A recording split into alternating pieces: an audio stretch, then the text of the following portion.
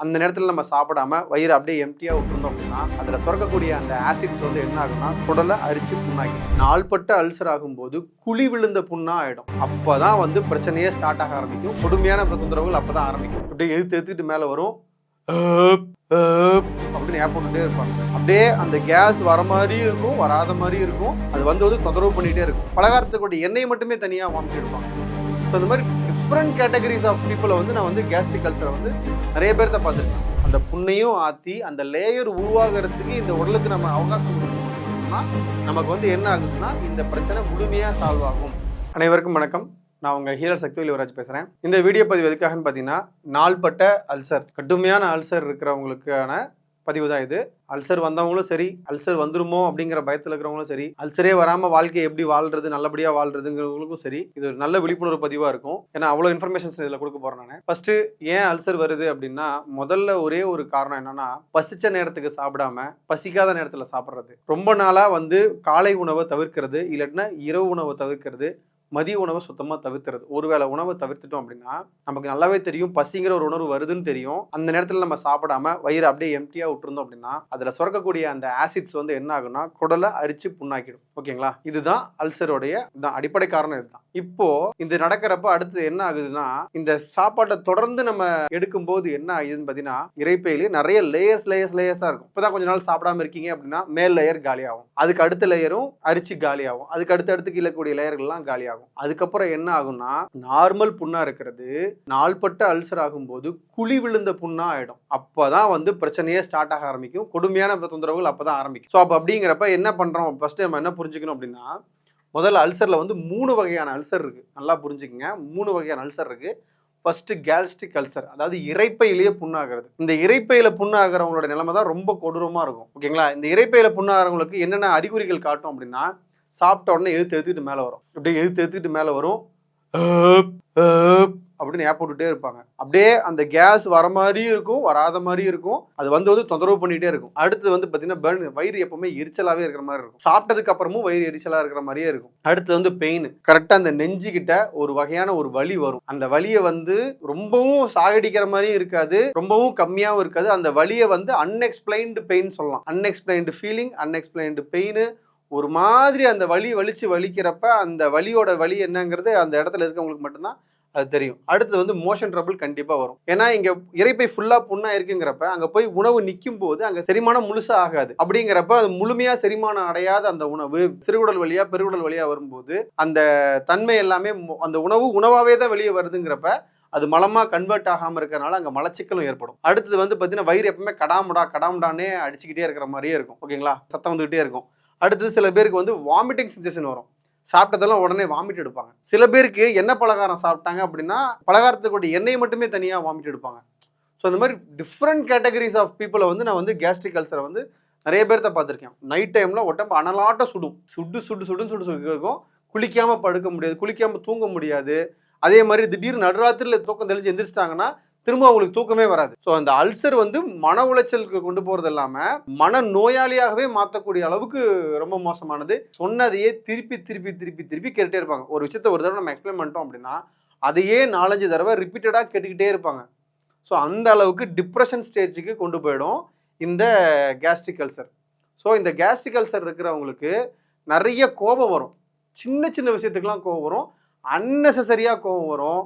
ஒரு தப்பே இல்லாத ஒரு சாதாரண ஒரு விஷயம், இது ஒரு சாதாரண விஷயம், இப்படி கடந்து போக வேண்டிய விஷயத்துக்கு கோவப்பட்டு கெட்ட பேர் சம்பாதிக்கிற அளவுக்கு கேஸ்ட்ரிக் அல்சர் வந்து அந்த நிலைமையை கொண்டு போய் விடும். அடுத்தது வந்து பார்த்தீங்கன்னா டியோடனல் அல்சர். டியோடனல் அல்சர் அப்படிங்கிறது என்னன்னா, சாப்பிட்றதுக்கு முன்னாடி மட்டும்தான் வயிறு எரியும். அப்போ சாப்பிட்டாங்கன்னா வயிறு எரிச்சல் நின்று போயிடும். இவங்களுக்கும் அப்பப்போ வயிற்று வலிக்கிறது, அடுத்து வந்து வயிறு கடாம்டான்னு உள்ள உருட்டுறது, அடுத்தது வந்து வயிறு தும்முனே இருக்கிற மாதிரி, ஏதாவது உள்ளுக்குள்ளே வந்து லோடு இருக்கிற மாதிரியே ஒரு ஃபீல் கிடைக்கும். அடுத்தது வந்து பார்த்தீங்கன்னா திடீர்னு ரொம்ப வெயிட் லாஸ் ஆகிடும். இந்த கேஸ்ட்ரிக் அல்சர்லையும் சரி, டியோடனல் அல்சர்லையும் சரி, இது வந்து இதாகிடும். டியோடனல் அல்சருங்கிறது எங்கே வருது அப்படின்னு பார்த்தீங்கன்னா, இறைப்பை முடிஞ்சு சிறுகுடல் ஆரம்பிக்குது இல்லையா, அந்த இடத்துல வரக்கூடிய புண்ணு தான் வந்து டியோடனல் அல்சர். இந்த இடத்துல வந்து பார்த்தீங்கன்னா இந்த 2 அல்சர்லையுமே வந்து பார்த்தீங்க அப்படின்னா அவங்களுக்கு வெயிட் லாஸ் இருக்கும். பெப்டிக் அல்சர் அப்படின்னா என்னன்னா, இது 2ஐயும் சேர்த்தாதான் பெப்டிக் அல்சர். அதாவது கேஸ்ட்ரிக் அல்சரையும் இறைப்பை புண்ணையும் சிறுகுடல் ஆரம்பிக்கக்கூடிய இடங்களில் புண்ணு, இது 2மே சேர்ந்தாதான் பெப்டிக் அல்சர். இந்த பெப்டிக் அல்சர் வந்துருச்சு அப்படின்னா அவங்க இதுக்கே ஒவ்வொன்றுக்கும் எக்ஸ்பிளைன் பண்ணும்போது எவ்வளோ கஷ்டப்படுறாங்களோ அதை ரெண்டையுமே சேர்த்து அனுபவிக்கணும் பெப்டிக் அல்சர் இருக்கிறவங்க. இந்த பெப்டிக் அல்சர் இருக்கிறவங்களுக்குலாம் வந்து நார்மலாக இருக்கக்கூடிய மெடிசன்ஸ் எல்லாம் வாங்கி சாப்பிட்டா சுத்தமாக கேட்காது. எங்கெங்கேயோ மருந்து வாங்கி சாப்பிட்ருப்பாங்க, என்னென்ன பிராண்ட்லேயே எங்கெங்கேயோ போய் வாங்கி சாப்பிட்ருப்பாங்க.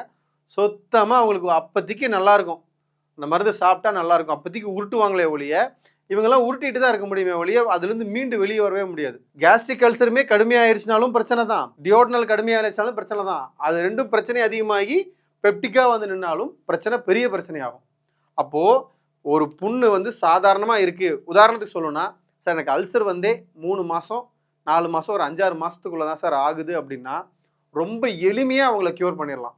இதுவே எனக்கு 5 வருஷமா 10 வருஷமா 3 வருஷமா இருக்குது அப்படிங்கிறவங்களுக்கு நான் சொன்ன மாதிரி குடலில் இருக்கிற லேயர்லாம் அரிச்சு குழிப்புண்ணு மாதிரி ஆகிடும். அது வந்து சித்த மருத்துவத்தில் வந்து நாள்பட்ட குன்மம்னு சொல்லுவோம்.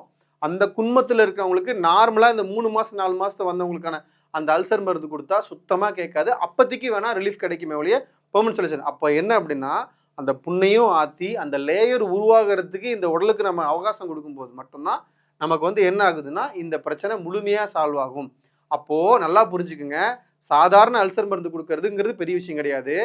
நாள்பட்ட குன்மத்துக்கு மருந்து கொடுக்குறோம் அப்படின்னா அந்த மருந்தோட விலை வந்து ரொம்ப அதிகமாக இருக்கும். அப்படிங்கிற பட்சத்தில் தான் நம்ம அதை க்யூர் பண்ணவே முடியுமே ஒழிய நார்மல் அல்சர் மெடிசன் கொடுத்து நம்ம வந்து க்யூர் பண்ண முடியாது. மேலும் நீங்கள் எங்ககிட்ட மருத்துவம் எடுத்துக்கணும், அல்சர் சம்மந்தப்பட்ட மருத்துவம் நீங்கள் எடுத்துக்கணும் அப்படின்னா இங்கே டிஸ்பிளே இருக்கக்கூடிய வாட்ஸ்அப் நம்பருக்கு நீங்கள் வாட்ஸ்அப் பண்ணுங்கள். எங்களுக்கு வந்து உங்களுடைய ரிப்போர்ட்ஸ் எடுத்திருப்பீங்க இல்லையா, எண்டோஸ்கோபி கொலோனோஸ்கோபி அது மாதிரி ஏதாவது ரிப்போர்ட் எடுத்தீங்கன்னா எங்களுக்கு வாட்ஸ்அப் பண்ணுங்கள். திரும்பவும் சொல்கிறேன், எங்ககிட்ட மெடிசன் காஸ்ட் அதிகம் தான். ஏன் அப்படின்னா நம்ம கம்ப்ளீட் கியூர் கொடுக்கணும் அப்படிங்கிறப்ப நார்மல் பொருளை வச்சு நம்ம வந்து கம்ப்ளீட் கியூர் கொடுக்க முடியாது. ரெண்டாவது வந்து பார்த்தீங்கன்னா என்னை பர்சனலாக மீட் பண்ணணும்னு நினைக்கிறீங்க அப்படின்னா நான் இருக்கக்கூடிய இடம் வந்து பார்த்தீங்கன்னா நாமக்கல் மாவட்டம் திருச்செங்கோடு. இங்கே தான் என்னுடைய 24/7 கிளினிக் வந்து அங்கே தான் இருக்குது. நீங்கள் சென்னையில் மீட் பண்ணணும் அப்படின்னா மாதத்தில் 2 தடவை நான் சென்னை வருவேன். 2வது வாரம் புதன் வியாழனும் 4வது வாரம் புதன் வியாழனும் நான் சென்னை வருவேன். அப்போ என்ன வந்து நீங்கள் சென்னையில் மீட் பண்ணலாம். மற்ற நாட்கள் எல்லாமே நான் வந்து நாமக்கல் மாவட்டம் திருச்செங்கோட்டில் தான் நான் இருப்பேன். ஸோ என்கிட்ட நீங்கள் பேசணும் அப்படின்னா எனக்கு வாட்ஸ்அப் மெசேஜ் மட்டும் பண்ணுங்கள். தயவு செஞ்சு கால் பண்ணாதீங்க. கால் பண்ணால் எடுக்க முடியாது. நாங்கள் மெடிசன் வேலையும் பார்க்கணும், ரொம்ப தூரத்துலேருந்து என்னை பார்க்க வந்திருக்கவங்களையும் நான் டேரெக்டாக அட்டனும் பண்ணணும். அதுக்கப்புறம் நாங்கள் மெடிசன் கொடுக்கவும் செய்யணும். எல்லா வேலையும் நாங்கள் செய்கிறதுனால எங்களுக்கு வந்து போதுமான நேரமே எங்களுக்கு கிடைக்கிறதில்ல. வாட்ஸ்அப் பண்ணிட்டீங்கன்னா ஃப்ரீயாக இருக்கக்கூடிய நேரத்தில் நாங்கள் உங்களுக்கு ரிப்ளை பண்ணுவோம். நீங்களும் எங்கிட்ட கம்யூனிகேட் பண்ணலாம். ஃப்ரீயாக இருக்கக்கூடிய நேரத்தில் நாங்களே உங்களுக்கு கால் பண்ணுவோம். ஓகேங்களா? ஸோ நீங்களும் ஃப்ரீயாக இருக்கிறப்ப நானும் ஃப்ரீயாக இருக்கப்போ பேசும்போது கொஞ்சம் டைம் எடுத்து பேசலாம். நீங்கள் ஃபோன் பண்ணுற நேரத்தில் நான் ஒரு வேலையாக இருந்தேன் அப்படின்னா நான் அந்த உங்களை ஃபோனை சீக்கிரம் வைக்கிற வேலையை தான் நான் பார்ப்பேன் நான். ஓகேங்களா? அப்படிங்கிறப்ப என்கிட்ட தாராளமாக பேசலாம். முடிஞ்ச வரைக்கும் எனக்கு வாட்ஸ்அப் பண்ணுங்கள். எனக்கு ரொம்ப பெரும் உதவியாக இருக்கும். உங்களுக்கு நம்ம ஊரில் மருந்து வேணாலும் வெளிநாடுகளுக்கு நீங்கள் மருந்து வேணாலும் தாராளமாக என்கிட்ட நீங்கள் வாட்ஸ்அப் பண்ணிங்கன்னா மருந்துகள் நாங்கள் வெளிநாடுகளுக்கும் அனுப்பி வைக்கிறோம். நாங்கள் உள்ளூர்களுக்கும் நாங்கள் எல்லா ஊருக்கும் நாங்கள் மருந்துகள் அனுப்புகிறோம். என்னை டேரெக்டாகவும் வந்து பார்த்து மருந்து வாங்கலாம். எங்ககிட்ட கிளினிக்கில் இருக்கக்கூடியவங்க படித்த டாக்டர்ஸ் கிட்ட தான் நீங்கள் கன்சல்ட் பண்ண போகிறீங்க. அவங்க தான் உங்களுக்கு மெடிசன்ஸ் எல்லாமே ப்ரிஸ்கிரைப் பண்ணுவாங்க. அவங்க தான் உங்களுக்கு மெடிக்கல் மெடிசன்ஸை கொரியர் பண்ண போதும் அவங்க தான் பண்ணுவாங்க. ஸோ நீங்கள் ப்ராப்பராக எங்ககிட்ட எல்லாமே ஜிஎம்பி லைசன்ஸ்லேருந்து கிளினிக்கல் லைசன்ஸ் வந்து எல்லாம் ப்ராப்பராக வச்சு டாக்டர்ஸ் வச்சு தான் இந்த கிளினிக் ரன் ஆகுது. ஸோ இந்த தகவல் உங்களுக்கு ரொம்ப போதுமானதாக இருக்கும்னு நினைக்கிறேன். ஃபாலோ பண்ணுங்கள், சப்ஸ்கிரைப் பண்ணுங்கள். நன்றி, வணக்கம்.